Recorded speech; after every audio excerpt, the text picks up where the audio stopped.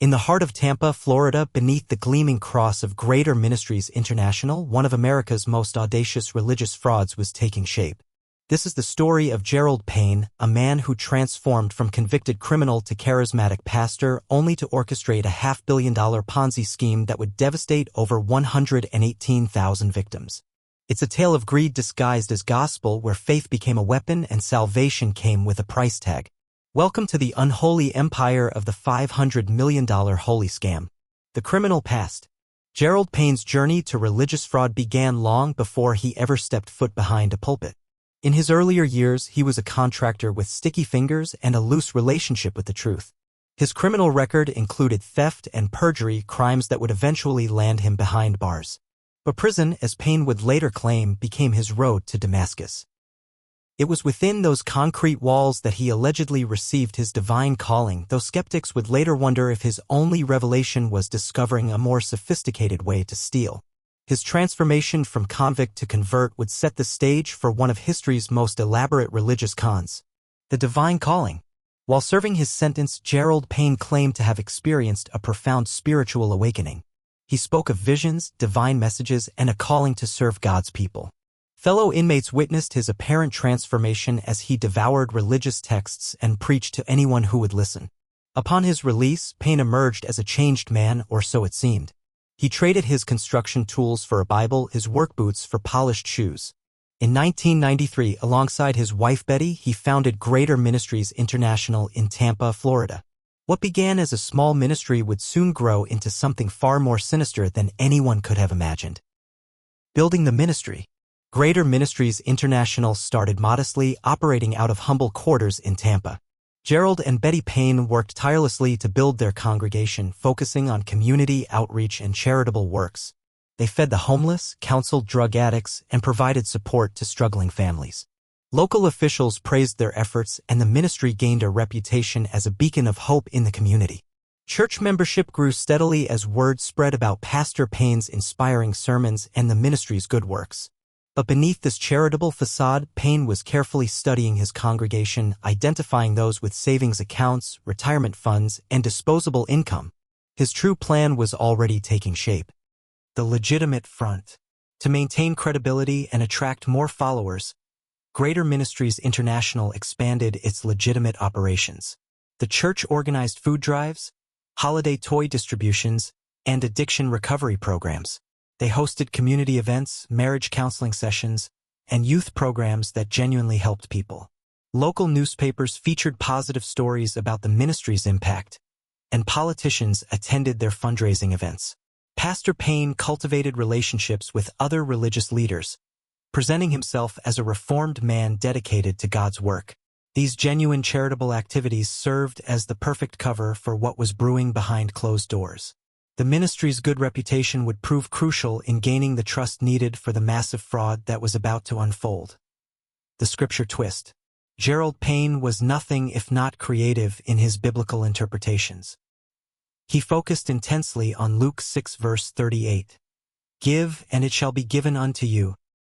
Good measure, pressed down and shaken together, and running over, shall men give into your bosom. This verse became the cornerstone of his emerging financial philosophy. During sermons, Payne would elaborate on this scripture with passionate intensity, explaining how God rewarded faithful givers with abundance. He painted vivid pictures of divine multiplication where modest donations would return as financial blessings. His congregation hung on every word, many struggling financially and desperate for hope. Payne skillfully weaponized their faith, transforming a message of spiritual generosity into the foundation for financial exploitation, introducing the Double Your Money program. In 1996, Pastor Gerald Payne unveiled what he called a divine revelation, the Double Your Money program. With theatrical flair during Sunday services, he announced that God had shown him a miraculous investment opportunity. Believers could donate money to the ministry's special fund, and through divine intervention, their investment would double within 17 months. Payne claimed this wasn't just an investment, it was a test of faith. He presented testimonials from early investors who had supposedly received their doubled returns, though these were carefully orchestrated deceptions. The congregation was electrified by the possibility of financial blessing through faith. What they didn't know was that they were about to become victims of one of America's largest religious Ponzi schemes. The Ponzi mechanics. Behind the religious rhetoric, Gerald Payne's Double Your Money program operated on classic Ponzi scheme principles. New investors' money was used to pay earlier investors, creating the illusion of legitimate returns and divine intervention. Payne maintained detailed records of when payments were due, carefully managing the flow of funds to maintain the facade. When someone's 17-month period expired, they received their doubled money, funded entirely by newer victims' contributions. This created powerful testimonials that attracted even more investors. The program appeared legitimate because people were actually receiving payouts, not realizing they were being paid with other victims' money. As word spread about these miraculous returns, the scheme grew exponentially, attracting thousands of believers eager for their own financial miracle. Recruiting other pastors. To expand his fraudulent empire, Gerald Payne developed an ingenious recruitment strategy targeting other religious leaders. He offered pastors and ministry leaders 5% commissions for every new investor they brought into the Double Your Money program. Payne presented this as a way for struggling ministries to fund their good works while helping their congregations achieve financial blessings. He held special meetings with clergy, presenting sophisticated materials that made the program appear legitimate and divinely inspired. Many pastors, trusting Payne's apparent success and his biblical justifications, began promoting the program to their own congregations. This network effect multiplied the scheme's reach exponentially, bringing in victims from across the country and eventually internationally. The recruited pastors became unwitting accomplices in one of history's largest religious frauds, the growing empire. As money poured in from across the nation, Greater Ministries International transformed from a modest Tampa church into a financial empire. Payne established multiple related companies and ministries, each serving different aspects of his growing operation. He created International Monetary Exchange to handle foreign investments, Aman Ministries for international operations, and several other entities that gave the appearance of a diversified religious business empire. The ministry's offices expanded, requiring larger facilities and more staff. Payne hired accountants, administrative assistants, and customer service representatives to manage the thousands of investors and their inquiries. From the outside, it looked like a thriving religious organization experiencing rapid growth through divine blessing. The reality was far more sinister. Living like royalty. While his followers scraped together their life savings for the Double Your Money program, Gerald Payne was living in unprecedented luxury. He purchased multiple mansions in Florida, each more extravagant than the last. His garage housed a collection of luxury vehicles, including Mercedes-Benz's, BMWs, and other high-end automobiles. Payne wore expensive suits, custom jewelry, and carried himself with the air of a successful businessman rather than a humble pastor. He traveled first class, stayed in 5-star hotels, and dined at the finest restaurants. When questioned about his lavish lifestyle, Payne explained it as evidence of God's blessing on his ministry. His followers, many struggling financially, accepted this explanation, believing that their pastor's prosperity was a sign of divine favor that would eventually extend to them. The Fake Cancer Research Fund. Among Gerald Payne's most despicable deceptions was the creation of a fake cancer research fund. He told donors that their contributions would support groundbreaking cancer research that could save countless lives. Emotional appeals featured stories of cancer victims and their families, tugging at heartstrings and opening wallets. Payne even claimed partnerships with legitimate medical institutions, though these relationships existed only in his imagination. Thousands of donors, many having lost loved ones to cancer, contributed generously to what they believed was a noble cause. In reality, not a single dollar went to cancer research. Every penny was diverted into Payne's personal accounts or used to pay other investors in his Ponzi scheme. This betrayal of hope and trust represents one of the cruelest aspects of his criminal enterprise. International expansion. Gerald Payne's ambitions knew no borders. As his domestic operation grew, he set his sights on international expansion, establishing operations in multiple countries. He created partnerships with overseas ministries and financial institutions, promising even greater returns on foreign investments. Payne told investors that international opportunities could yield returns of 300% or more, far exceeding his domestic Double Your Money program. He established offices in the Caribbean, Africa, and other regions, each operated by trusted lieutenants who helped recruit new victims. These international operations gave the scheme an air of sophisticated global finance, impressing investors who believed they were participating in cutting-edge international commerce. The reality was simply a larger, more complex version of the same fraudulent scheme, now victimizing people across multiple continents. The banking connection. To give his operation an air of legitimacy, Gerald Payne established relationships with several banks and financial institutions. Most significantly, he gained control of First National Bank of Marin in Colorado, which became a crucial component of his fraudulent empire. Through this bank, Payne could process large transactions, issue official-looking documents, and maintain the appearance of legitimate banking operations. The bank became a conduit for moving money between his various entities and paying investors their returns.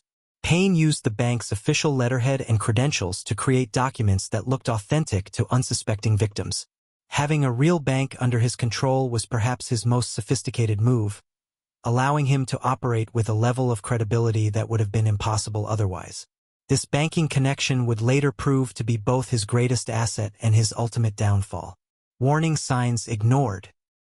As Gerald Payne's scheme grew larger and more complex, warning signs began to emerge that should have alerted regulators and investors. Financial publications started asking questions about the unrealistic returns promised by Ministries International. Some former investors came forward with complaints about delayed payments or suspicious activities.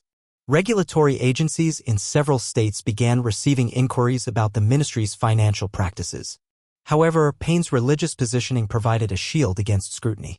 Many officials were hesitant to investigate what appeared to be a legitimate religious organization, and Payne skillfully deflected criticism by claiming religious persecution. His ability to produce satisfied investors who had received their doubled money helped silence doubters. The warning signs were there, but a combination of religious protection, satisfied early investors, and Payne's charismatic manipulation kept the scheme operating for years. The African Dream. Gerald Payne's most grandiose vision involved establishing his own sovereign nation in Africa. He began negotiating with officials in Liberia and other African nations to purchase large tracts of land where he could establish a Christian commonwealth. Payne envisioned a white Christian ethnostate where he would serve as the supreme leader, free from U.S. government oversight and able to continue his operations without interference. He told followers that this African nation would be a promised land for true believers, a place where they could live according to biblical principles without persecution. Payne even began designing currency for his future nation and drafting constitutional documents. This wasn't just a fantasy, he was actively working to make it reality, using money stolen from his victims to fund his negotiations and planning. The African Dream represented the ultimate expression of his megalomania and criminal ambition. Island Nation Backup Plan. When African negotiations proved challenging, Gerald Payne developed an alternative plan for establishing his sovereign nation. He began exploring opportunities to purchase islands in the Caribbean where he could establish his Christian commonwealth. Payne negotiated with several island governments, offering substantial sums for territorial rights or long-term leases. He envisioned transforming these islands into tax havens where his financial operations could continue without regulatory interference. The islands would serve as headquarters for his global empire, complete with their own laws, currency, and government structure. Payne told investors that moving to these island nations would provide them with tax advantages and protection from U.S. financial regulations. He even began advertising real estate opportunities on these islands to his followers, promising beachfront property in paradise for those who invested substantial sums in his programs. The weapons cache. As Gerald Payne's plans for his sovereign nation advanced, he began accumulating weapons and military equipment. FBI investigators later discovered substantial weapons caches hidden in various locations connected to his operation. These weren't hunting rifles or personal protection weapons, they included military-grade equipment suitable for armed conflict. Payne apparently believed he might need to defend his future nation against potential threats or government interference. The weapons stockpiling revealed a dangerous escalation in his criminal planning and suggested he was prepared for violent confrontation if necessary. This discovery added serious concerns about public safety to the financial fraud charges he already faced. The weapons caches provided stark evidence that Payne's ambitions extended far beyond financial crime into potentially violent territory. Colorado regulators strike. In 1998, Colorado banking regulators began investigating irregularities at First National Bank of Marin, the institution Gerald Payne had been using as his financial hub. Their investigation revealed suspicious transactions, questionable lending practices, and possible money laundering activities. When regulators attempted to examine the bank's records more closely, they discovered the connection to Greater Ministries International and the Double Your Money program. Recognizing the hallmarks of a massive Ponzi scheme, Colorado officials moved quickly to shut down the bank's operations. This action cut off Payne's primary financial pipeline and marked the beginning of the end for his fraudulent empire. The bank closure sent shockwaves through his network of investors and pastors, many of whom suddenly found themselves unable to access their accounts or receive promised payments. Desperate measures. With his banking operations shut down and regulators closing in, Gerald Payne became increasingly desperate to maintain his crumbling scheme. He began issuing fake gold certificates to investors, claiming these represented valuable precious metal holdings that would soon be converted to cash. Payne also created fraudulent land deeds, telling investors they owned valuable real estate in various locations around the world. These fake documents were designed to pacify angry investors who were demanding their money back. Payne hired professional document forgers and established fake companies to make these certificates appear legitimate. He told investors that temporary banking problems were preventing immediate cash payments, but their gold and real estate holdings would soon be liquidated. These desperate measures only delayed the inevitable collapse while adding additional fraud charges to his growing legal problems. The pyramid crumbles. As 1999 dawned, Gerald Payne's financial empire began collapsing at an accelerating pace. New investor money was no longer sufficient to pay the returns owed to earlier investors, and the scheme's mathematical impossibility became apparent. Angry investors who had been promised doubled money began demanding answers when their 17-month periods expired without payment. Payne's recruited pastors found themselves facing angry congregations who had lost their life savings based on their spiritual leader's recommendation. Phone lines at Greater Ministries International were flooded with calls from panicked investors seeking their money. Payne continued to hold meetings and services, promising that temporary problems would soon be resolved, but fewer people were believing his explanations. The psychological pressure on Payne was enormous as he faced the reality that his house of cards was finally falling down. FBI investigation begins. Federal investigators had been quietly building a case against Gerald Payne and Greater Ministries International for months before making their move. The FBI's white-collar crime division worked closely with postal inspectors, IRS agents, and state regulators to compile evidence of the massive fraud. They conducted surveillance, interviewed victims, and traced money flows through multiple banks and shell companies. The investigation revealed the true scope of Payne's operation: over 118,000 victims across multiple countries who had lost approximately $500 million. Agents discovered detailed records that Payne had maintained, ironically providing prosecutors with excellent evidence of his criminal activities. The FBI also uncovered the weapons caches and evidence of Payne's plans to establish a sovereign nation, adding additional serious charges to the growing case against him. The raids. In early 1999, federal agents executed coordinated raids on multiple locations connected to Gerald Payne's operation. Armed with search warrants, FBI agents, postal inspectors, and other federal authorities simultaneously hit Greater Ministries International headquarters, Payne's residences, and related businesses. The raids were carefully choreographed to prevent destruction of evidence and ensure the safety of agents and civilians.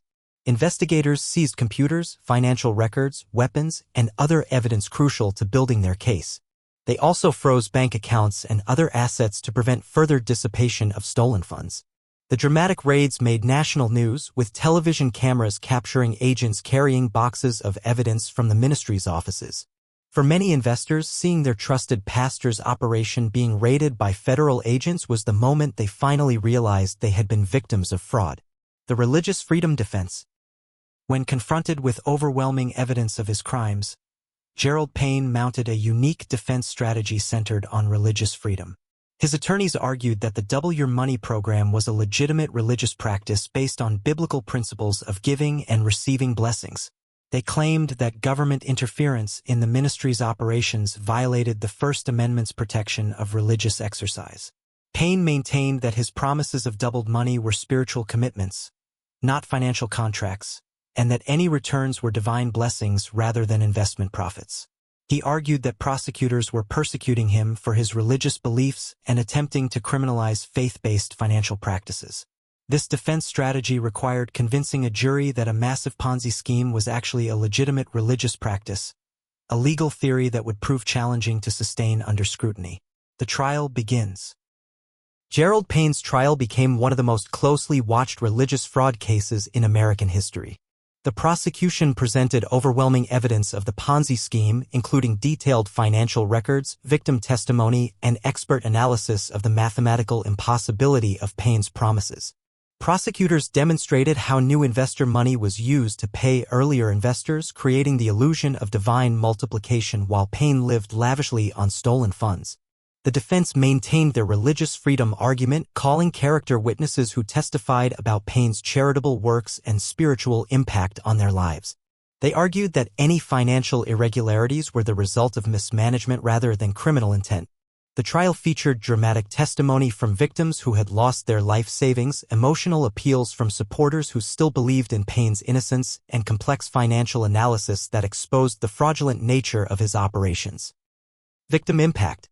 The human cost of Gerald Payne's fraud was staggering and heartbreaking.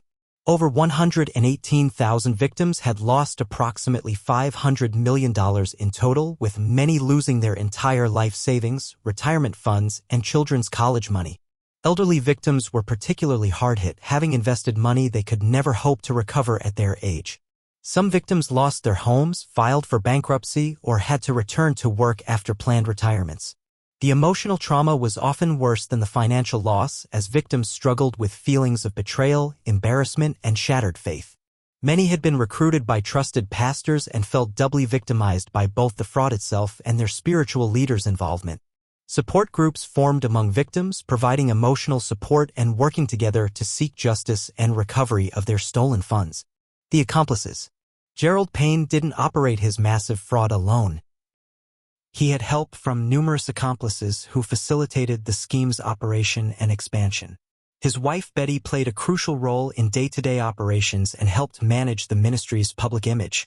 Several trusted associates helped establish and operate the various shell companies and international offices that gave the scheme its appearance of legitimacy. Some of these accomplices were true believers who genuinely thought they were doing God's work, while others were knowing participants in the fraud. Federal prosecutors charged multiple individuals connected to the operation, with sentences ranging from probation to 20 years in prison depending on their level of involvement and cooperation with authorities. The accomplices' trials revealed additional details about the scheme's inner workings and helped prosecutors build their case against the principal defendants. The verdict. After weeks of testimony and deliberation, the jury returned guilty verdicts on multiple counts against Gerald Payne and his key accomplices. The evidence of fraud was overwhelming, and the religious freedom defense failed to convince jurors that the Ponzi scheme was legitimate religious practice. Payne was found guilty of conspiracy, mail fraud, wire fraud, money laundering, and numerous other charges related to his criminal enterprise. The verdict brought relief to victims who had waited years for justice, though no legal victory could restore their lost savings. Judge Patricia Seitz, who presided over the case, called it one of the largest and most callous frauds she had ever encountered. The guilty verdicts set the stage for sentencing hearings where victims would finally have the opportunity to confront their betrayer and tell their stories of loss and recovery. The sentencing. In 2001, Gerald Payne faced sentencing for his massive fraud, appearing before Judge Patricia Seitz in a packed courtroom filled with victims, supporters, and media representatives. Victim after victim took the stand to describe how Payne's fraud had destroyed their lives, retirement plans, and faith in religious institutions. Many spoke through tears about the betrayal they felt, having trusted their spiritual leader with their financial futures. Payne's attorneys argued for leniency, citing his charitable works and the support he still maintained from some followers. However, Judge Seitz was unmoved by these appeals, noting the massive scale of the fraud and the devastating impact on victims. She sentenced Gerald Payne to 27 years in federal prison, ensuring he would spend most of his remaining years behind bars. His accomplices received sentences ranging from probation to 20 years, depending on their level of involvement in the scheme. Legacy and lessons. The Gerald Payne case stands as one of America's largest religious financial frauds, serving as a stark reminder of how faith can be weaponized for criminal purposes.